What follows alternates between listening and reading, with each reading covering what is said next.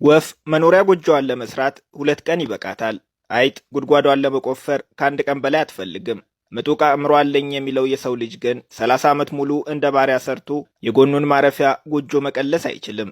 ሕይወት እንዲህ መሆን አልነበረባትም። በ21ኛው ክፍለ ዘመን የሰው ልጅ ለኑሮ መሰረታዊ የሆኑትን ምግብ፣ መጠለያ፣ ልብስና መድኃኒት ለማግኘት እንዲህ መቸገር አልነበረበትም። እነዚህን ነገሮች ለሰው ልጅ በቀላሉ ማቅረብ ያልቻለ ስልጣኔ አልለውም። በጣም የሚያስፈልጉንን ነገሮች የሚያስወድድ ስልጣኔ ምን ይጠቅመናል? በግሌ የሰው ልጅ በምድር ላይ መኖር ከጀመረበት ጊዜ አንስቶ ከስልጣኔ ራቀውና ኋላ ቀር የሆነው ዘመን ይሄኛው ዘመን ይመስለኛል። በምድራችን ላይ ብዙ ዩኒቨርሲቲዎች የተገነቡት በዚህ ዘመን ነው። ብዙ ሰዎች ዩኒቨርሲቲ ገብተው በዲግሪ የተመረቁትም በዚህ ዘመን ነው። ሆኖም አልሰለጠነም በምንለው ዘመን እንኳን እንደ ልብ ይገኙ የነበሩ የሰው ልጅ መሰረታዊ ፍላጎቶች የቅንጦት የሆኑበት ዘመንም ይሄው የምንኖርበት ዘመን ነው። ለሰዎች ሁሉ መናገር የምፈልገው አንድ ምክር አለኝ። ሕይወት ቀላል ናት። ሕይወት ቀላልና አስደሳች እንደሆነች ነው የማውቀው። ተወልጄ ያደግኩት በሰሜን ምስራቅ ታይላንድ ገጠራማ ክፍል ነው። እዛ የምንኖረው ምንም ሳይጎድለን ሕይወት ቀሎን ደስተኛ ሆነን ነው። ይህ ሁሉ በዚሁ ቢቀጥል ምን ነበረበት? ነገር ግን አልቀጠለም። አዳዲስ ሰዎች ከከተማ ወደ መንደራችን መጡ። ሰዎቹ ባመጡት ቴሌቪዥን ባንኮክን አየናት። ድሃ እንደሆንን ነገሩን። ሀብታም ለመሆን ስኬታማ መሆን አለባችሁ። ስኬታማ ለመሆን ደግሞ ገጠር ትክክለኛው ቦታ አይደለም፣ ወደ ከተማ መሄድ አለባችሁ አሉን። ይህንን ስሰማ ወደ ባንኮክ መሄድ ፈለግኩ። የማላውቀው ከተማ ናፈቀኝ። ስኬትን ፍለጋ ፔስታሌን ሸክፌ ተነሳው። ባንኮክ ስገባ ነገሩ ሌላ ነው። ባንኮክ ገጠር የነበረኝን ደስታ ነጠቀችኝ። ባንኮክ መምጣት ብቻ ስኬታማ ያደርግ መስሎሃል አሉኝ። ስኬት ሩቅ ናት።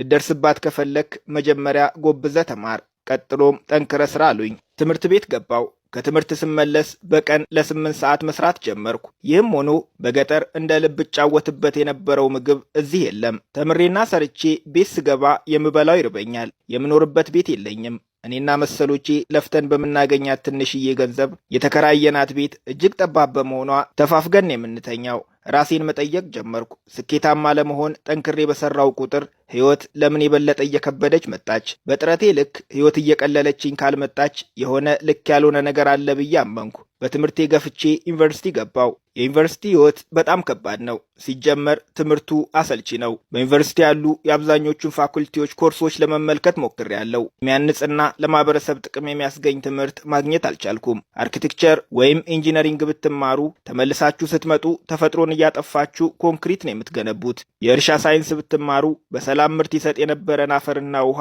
እንዴት በኬሚካል እንደምትበክሉት ነው የሚያስተምሯችሁ። አንድ የገባኝ ነገር በጣም በተማርን ቁጥር ሕይወት በጣም እየከበደች ትሄዳለች። ለምንድን ነው እዚህ የመጣሁት ብዬ አሰብኩ። ገጠር እያለው በቀን ለ2 ሰዓት በዓመት ለ2 ወር ብቻ ነበር የምንሰራው። አንዱን ወር ሩዝ እንዘራለን። ሩዙ ሲደርስ ለ1 ወር እናጭዳለን። የተቀረው 10 ወር ነፃ ነው። ታይላንድ ብትመጡ በየወሩ ታላላቅ ፌስቲቫሎች አሉን። ምክንያቱም ጊዜያችንን ምን እናድርግበት? ምግብ ካለ፣ ነፃ ጊዜ ካለ መብላት መጠጣትና መዝናናት ነው ስራችን። በታይላንድ ገጠራማ ስፍራ ሁሉም ሰው ቀን ቀን የመተኛት ልማድ አለው። ምሳችንን በልተን ስንጨርስ ናፕ እናደርጋለን። ስንነቃ ከቤተሰቦቻችን ጋር ጊዜ ይኖረናል። ቀጥሎ ከራሳችን ጋር የምናጠፋው ብዙ ጊዜ አለን። የሰው ልጅ ከራሱ ጋር ጊዜ ሲያሳልፍ ራሱን መረዳት ይጀምራል። ራሱን የተረዳ ሰው በሕይወቱ ምን እንደሚያስፈልገው ያውቃል። የሰው ልጅ እዚህ ምድር ላይ ሲኖር በዋናነት የሚያስፈልጉት ፍቅርና በሕይወት መደሰት ናቸው። እነዚህን ነገሮች በባንኮክ ላገኛቸው አልቻልኩም። እነዚህን ነገሮች ማግኘት ወደምችልበት ወደ ቀደመ ኑሮዬ መመለስ አለብኝ ብዬ ወሰንኩ።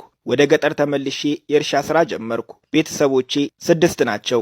እንደ ድሮዬ በዓመት ለ2 ወራት መስራት ጀመርኩኝ። 6 ቤተሰቦች በዓመት ከግማሽ ቶን በላይ አንበላም። በመሆኑም በዓመት ውስጥ ያመረትነው ምርት ስለሚተርፈን ግማሹን መሸጥ ጀመርን። 2 የጉድጓድ ውሃዎች ቆፈርኩ። በውሃው አሳ ማርባት ጀመርኩ። ከጎን የአትክልት ሥራ ጀመርኩ። ግማሽ ሄክታር በሆነው የአትክልት ስፍራ ከቤተሰቦቼ ጋር በቀን ከ15 ደቂቃ በላይ አጥፍተን አናውቅም። ነገር ግን ከ30 አይነት በላይ የጓሮ አትክልቶችን ማምረት ቻልኩ። ይህንንም 6ታችን ብቻ በልተን ስለማንጨርሰው ለገበያ ማቅረብ ጀመርን። በዚህም ተጨማሪ ገቢ ማግኘት ቻለን። ሕይወት እንዲህ ቀላል ሆና ሳለ ለምንድን ነው ያወሳሰብኳት ብዬ የባንኮክ ሕይወቴ ትዝ እያለኝ ተገረምኩ። ትምህርቴን ቀጥዬ ቢሆን በባንኮክ ለ7 ዓመታት መቆየት ነበረብኝ። በቀን ለ8 ሰዓት ሰርቼ ተምሬ ጠግቤ እንኳን ለማልበላበት ሕይወት እሰቃይ እንደነበር ሳስብ በውሳኔ ኮራው። የማውቃቸው ከክፍላችን አንደኛ ይወጡ የነበሩ ጥሩ ስራ በጥሩ ደሞዝ አገኙ ተብሎ የተዘመረላቸው ሰዎች 30 ዓመት ተቀጥረው ሰርተው ዛሬም የራሳቸው ቤት የላቸውም።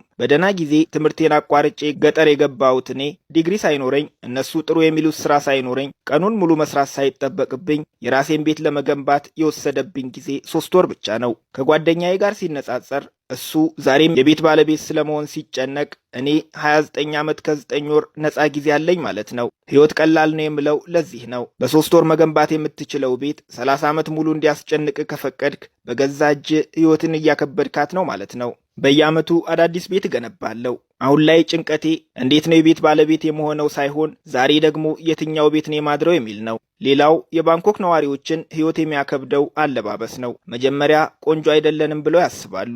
ቆንጆ እንዳልሆኑ የሚነግራቸው የቁንጅና ስታንዳርድ የሚያወጣላቸው ሚዲያው ነው። በመሆኑም በሚዲያው መስፈርት መሰረት ቆንጆ ሆኖ ለመገኘት ቴሌቪዥን ላይ እንደሚያዩቸው አክተርና አክትረሶች ለመሆን ይጥራሉ። ሜካፕ፣ ልብስ፣ ጫማ፣ የሚቀቡት ሽቶ ራሳቸውን ለመሆን ሳይሆን ቆንጆ ናቸው ብሎ የሚያስቧቸውን ሰዎች ለመምሰል ነው። እኔ ከብርድ የሚከላከለኝን ልብስ ገዝቼ ለመልበስ ከ1 ወር በላይ መቆጠብ አይጠበቅብኝም። የገዛሁትን ልብስ ለብሼ መስታወት ፊት እቆማለሁ። ሁሌም አዲስ ልብስ ለብሼ መስታወት ፊት በቆምኩ ቁጥር ራሴን መልሼ ሳየው አልለወጥም። መስታወት ውስጥ የሚታየኝ ሰው በፊት የማውቀው ሰው ነው። ውድ ልብሶች ማንነቴን ካልቀየሩት ለምንድን ነው ውድ ልብሶችን የምፈልገው ብዬ አሰብኩ። ፋሽን ለምንድን ነው የምከተለው? ምክንያቱም ሰዎች ፋሽንን መከተል ፋሽንም መጓዙን አያቆምም። ፋሽን መቼም የማይደረስበት ነገር ነው።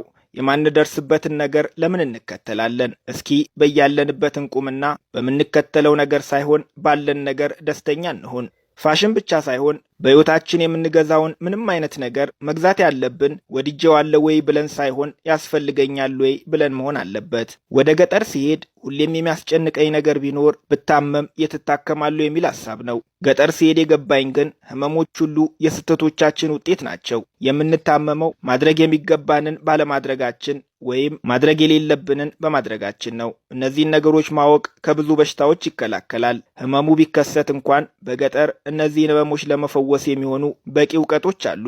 እነዚህን እውቀቶች ሁሉ አሁን ላይ ተምሬያቸዋለሁ። አሁን ላይ በሕይወቴ የሚሰማኝ ነጻነት ነው። ፍርሃት የለብኝም። እዚህ ምድር ላይ እኔ ልዩ ሰው ነኝ። እኔን የሚመስለኝ እንደሌለው ሁሉ እኔም ማንንም መስዬ መኖር አልፈልግም። እኔ የተበላሸውን ማንነቴን አስተካክዬ የራሴን ሕይወት እየመራው ነው። ከዩኒቨርሲቲ ማቋረጤን፣ ከከተማ ወደ ገጠር መግባቴን እንደ ጅልነት የሚያዩት ነበሩ። እንግዲህ ምን ማድረግ እችላለሁ? ሰው ነኝና የራሴን እንጂ የሰዎችን ጭንቅላት መቀየር አልችልም። አመሰግናለሁ።